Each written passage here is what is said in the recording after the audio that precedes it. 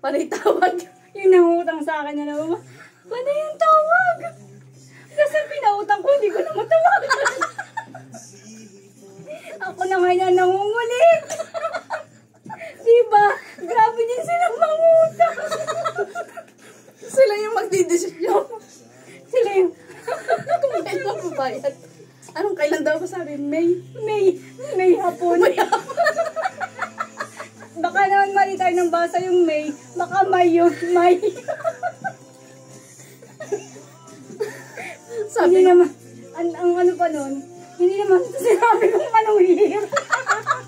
April at May nga daw magbabayad ng utang. Ay, anong year. Hindi nagkaintindihan kung anong year. Kaya kayo, huwag kayong papautang. Delikado. Yung mga nagpapautang siya nun yung papautangin. Kayo kawawa pagsisingil. Sila yung magdidesisyon. Kailan magbabayad? Daw ng utang, panay tawag.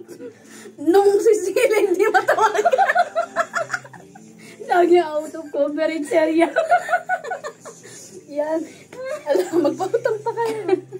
Nang kayo matulad sa aming dalawa. Hala, tagay na lang ako yan. Balang tagay.